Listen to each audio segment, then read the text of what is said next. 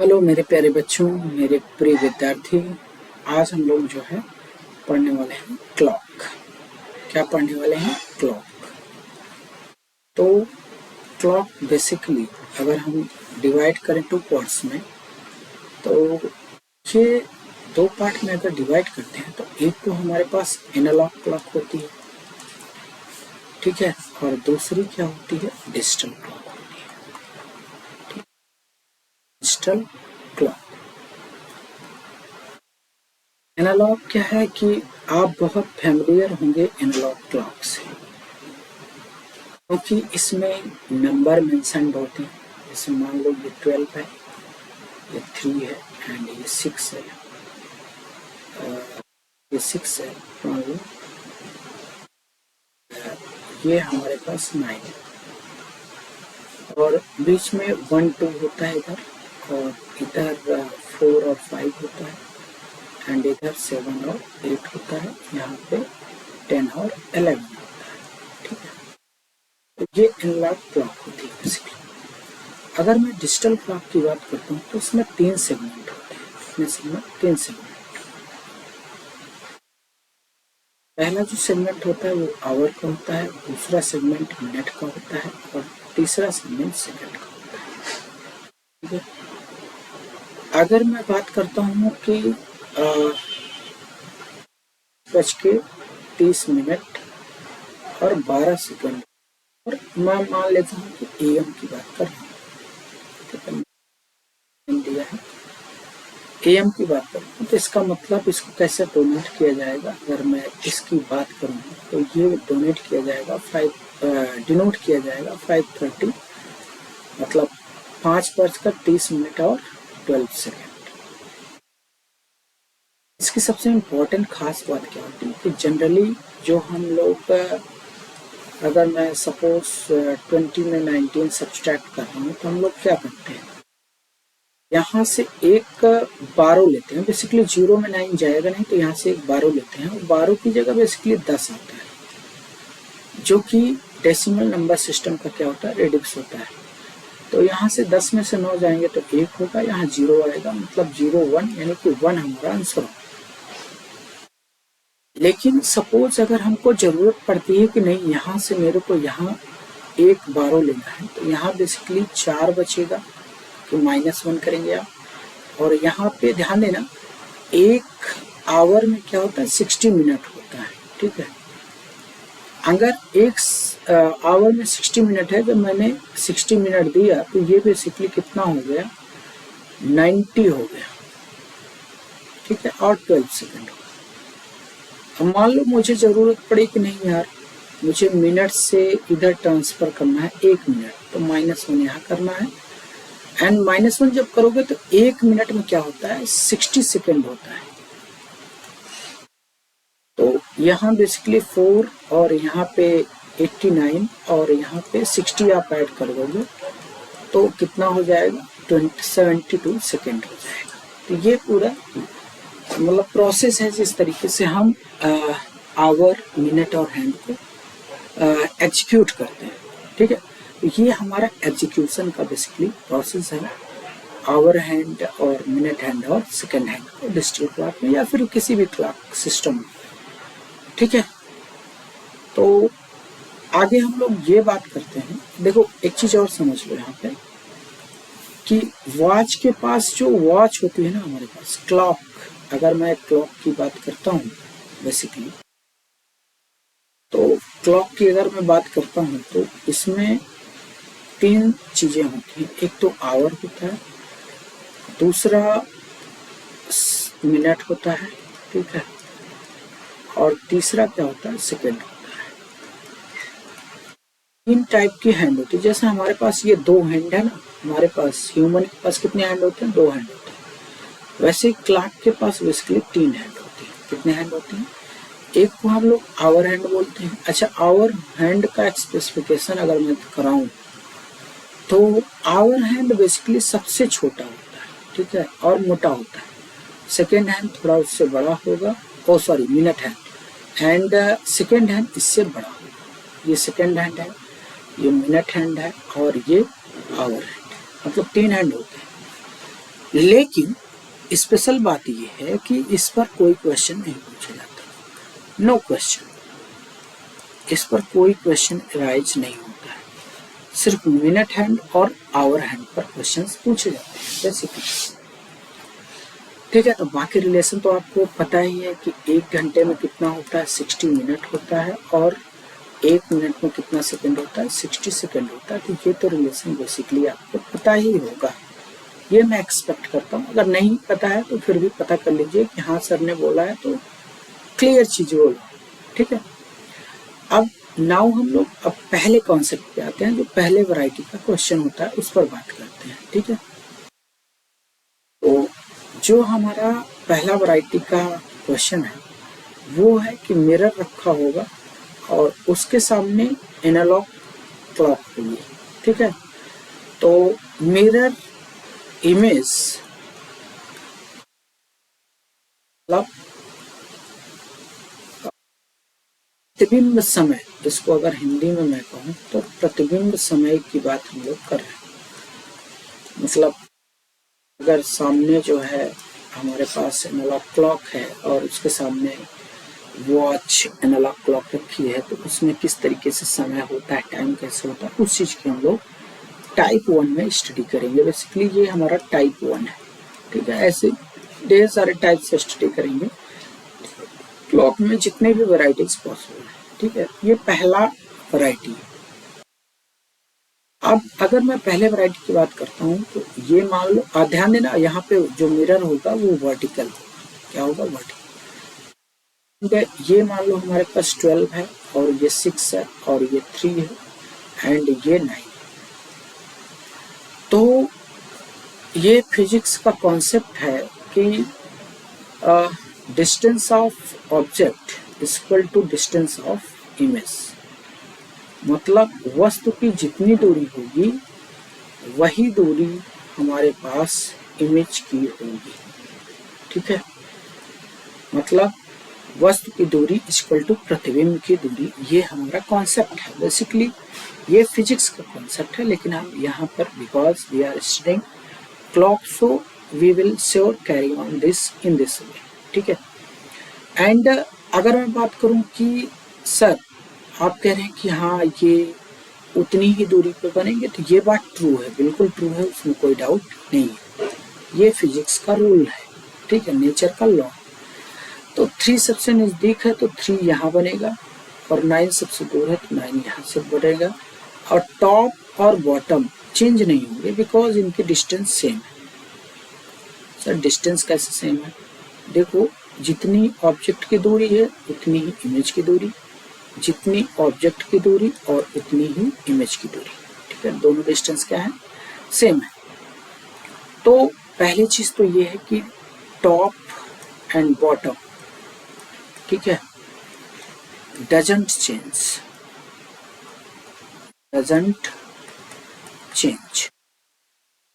No बदलते नहीं top और बॉटम। देखो वर्टिकल मिरर, और हमेशा हम लोग वर्टिकल मिरर लेकर ही चलेंगे। ऐसा नहीं है कि आपको क्वेश्चन आया किसी और मिरर का, हॉरिजॉन्टल मिरर का, ऐसा जनरली पॉसिबल नहीं होता। अगर मिरर का कॉन्सेप्ट देता है तो ये समझ लीजिए कि मैक्सिमम 99% केस ये है कि वो वर्टिकल कॉन्सेप्ट ही लेकर क्वेश्चन देता है।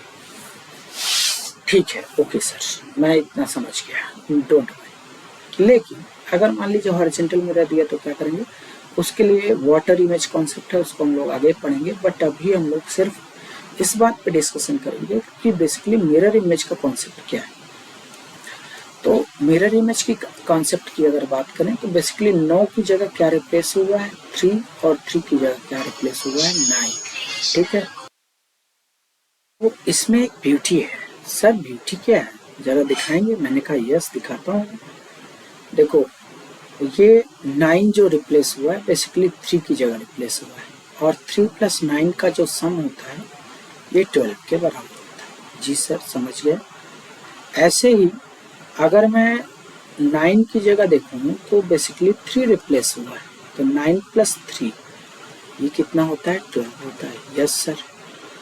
अच्छा सर, 12 की जगह 12 की पोजीशन सेम है, तो 12 + 0 इक्वल टू क्या होता है? 12 ही होता है। हाँ सर, ये तो समझ गया। 11 प्लस 1 कितना होता है 12 होता है, मतलब 11 मिरर इमेज में क्या दिखेगा 1 दिखेगा।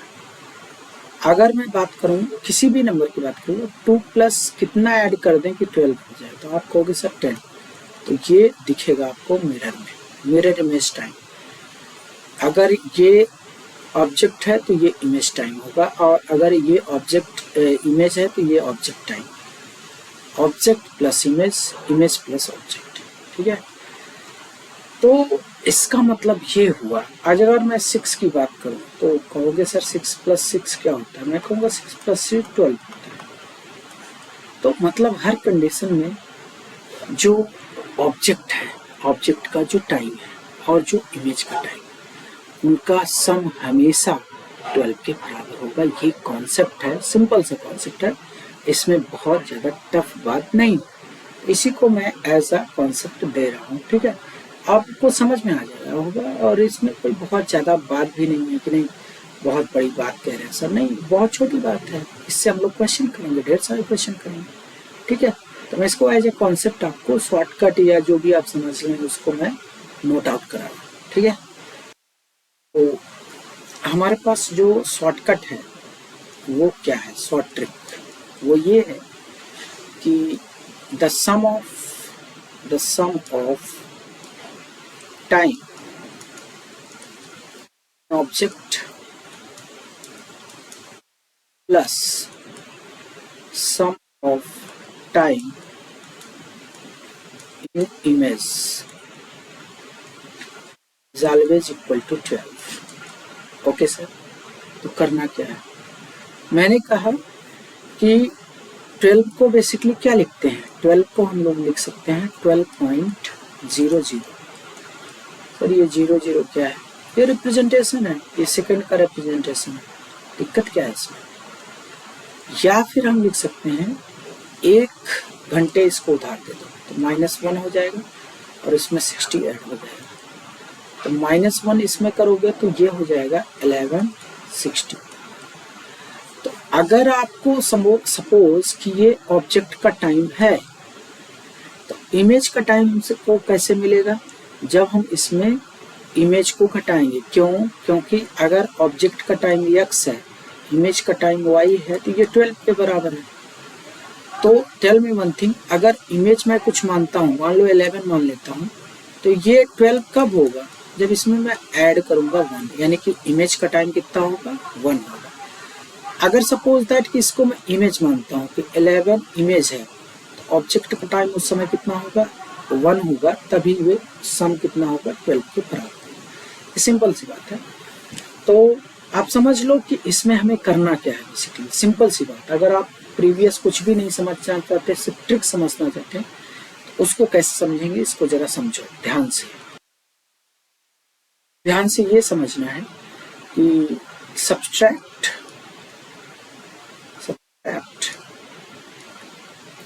द गिवन टाइम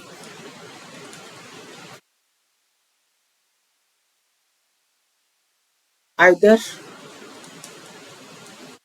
ऑब्जेक्ट का मतलब ये है कि रियल ऑब्जेक्ट है, वस्तु रियल है, और उसका इमेज हम लोग जानते हैं, इमेज समझते हैं प्रतिबिंब है, आइदर इन ऑब्जेक्ट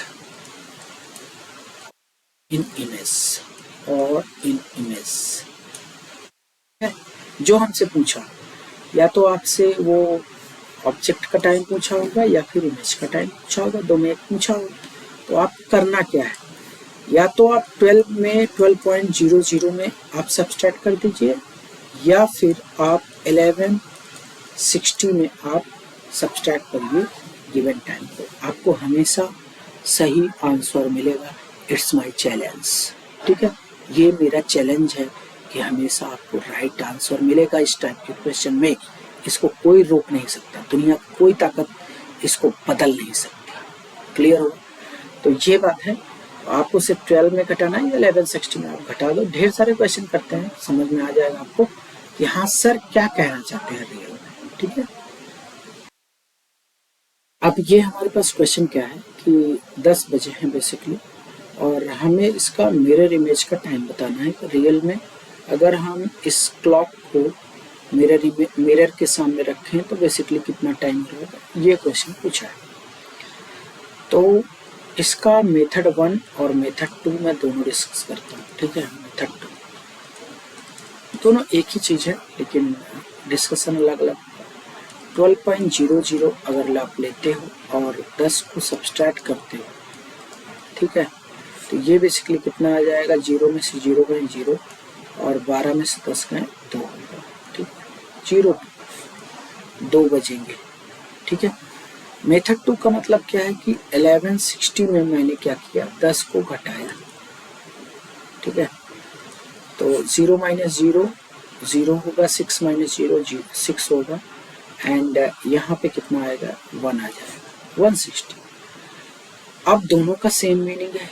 अब ऑप्शन में आपके दोनों हो सकते हैं, ये भी हो सकता है ये भी हो सकता है, कोई भी आंसर आ सकता है, ठीक है। अब ये सर हुआ कैसे, तो अगर सिंपल सी बात समझो कि दोनों एक ही चीज़ है, इसको कैसे समझेंगे। अगर मैं 2 0 0 कहता हूँ तो मतलब एक कैरी अगर मैं दे दूँ, 1 घंटे की कैरी अगर आप देते हो या 12 देते हो, कैरी नहीं सिंपल 12 कहेंगे, उधार देना है, तो ये 1 हो जाएगा और ये 60 हो जाएगा, क्योंकि 0 0 प्लस 60 60 होता है। अब आप इसमें जब 10 को सब्सट्रैक्ट करोगे बेसिकली, तो 10 डायरेक्टली तो सब्सट्रैक्ट होगा नहीं, आप इस चीज को जानते हो। अच्छा, ये तो आंसर है क्या, 160 160 इक्वल है, नो प्रॉब्लम।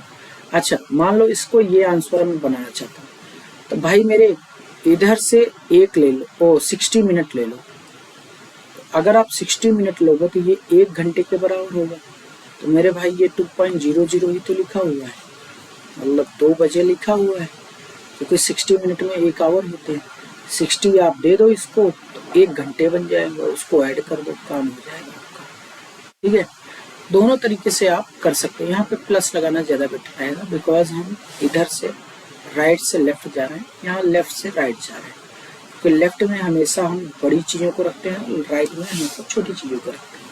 तो मिनट छोटी चीज़ है और आवर बड़ी चीज़ है, दैट्स वाई, ठीक है। तो बड़ा आसान क्वेश्चन था ये, बड़े बड़े कॉम्पिटिटिव एग्जाम में आया हुआ है, एसएससी जैसे एग्जाम में एंड ओलंपियाड जैसे एग्जाम में था ये क्वेश्चन। तो मुझे लगता है कि ये बहुत आसान आपको लगा होगा, बहुत टफ आप फील नहीं कर रहे होंगे, ठीक है। क्वेश्चन लेते हैं, ढेर सारे क्वेश्चन करेंगे आज, ठीक है। तो हमारे पास क्वेश्चन है कि 9:57 का जो मिरर इमेज टाइम होगा वो क्या। तो सिंपल है, 1160 में हमको क्या करना है, 9:57 को सब्सट्रैक्ट कर देना है। तो 10 माइनस 7 कितना होगा, 3 और 5 माइनस 5 0 और यहाँ से जो है 2 हो जाएगा, तो 2:03, ये हमारा आंसर होगा। इससे आसान क्या है जिंदगी में यार, इससे आसान कुछ भी नहीं, nothing is easier than this, ठीक है। ये ट्रिक है, यूज करो और आंसर पाओ। और सबसे इम्पोर्टेंट चीज़ पता है क्या होता है, हमें किसी भी एग्जाम में सक्सेसफुल होना है, समझ रहे हो ना, इससे इम्पोर्टेंट कुछ भी नहीं। हमें चाहिए क्या किसी एग्जाम से क्या चाहिए हमें सक्सेस चाहिए ना, मिलेगा, सिंपल सी बात है। उसमें ज़्यादा सोचने की ज़रूरत नहीं है, जो तरीका है उसको पढ़ो, अप्लाई करो, गेट योर आंसर यार। मैं कहता हूँ ज़्यादा भीड़ भाड़ में पढ़ने की ज़रूरत नहीं है, पूरी दुनिया भीड़ भाड़ से गुजर रही है, लेकिन 5% बच्चों का सिलेक्शन इसीलिए होता है क्योंकि भीड़ भाड़ से बाहर है, because they are outside from the mobs.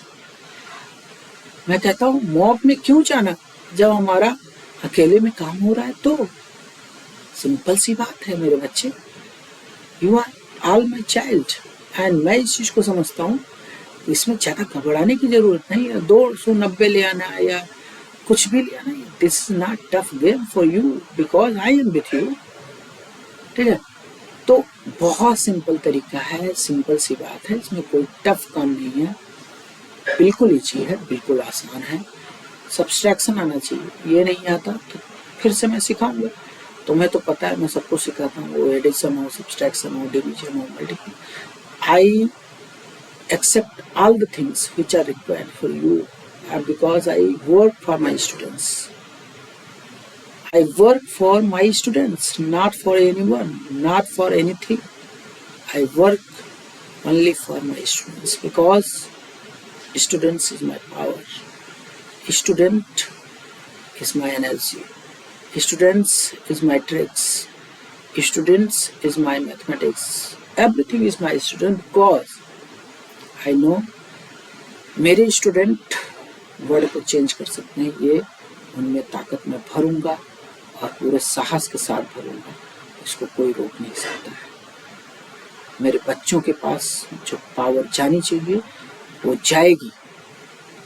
दुनिया की कोई ताकत ऐसी नहीं है जो उसको रोक सके।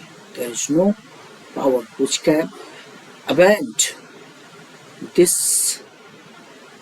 communication to my students, to this relay with my students, to this bridge with my students, to this path with my students. समझ गए मेरे बच्चे? चिंता करने की जरूरत नहीं है। Subtraction is very easy. 12 लेना बहुत आसान है। 1 घंटे में 60 मिनट होते हैं। भाई 1 लोगे घंटे तो 60 मिनट के बराबर होता है। बस बात खत्म हो गई। इससे ज़्यादा कुछ सोचना ही। क्लियर? मैं तो वो कॉन्सेप्ट दे रहा हूँ, शुरुआत में भले मैंने समझाया है, लेकिन मैं कहता हूँ ट्रिक्स याद करो ना। अगर तुम्हारे अंदर कैपेसिटी है कि तुम ट्रिक्स याद कर सकते हो तो ट्रिक्स याद करो भाई, तुम्हारा सिलेक्शन होगा। वैसे और सी बात है।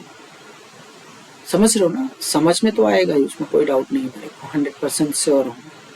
लेकिन सपोज तरीका तो जान लो मेरे भाई। तो क्या है? कुछ नहीं है, नथिंग इज दिस।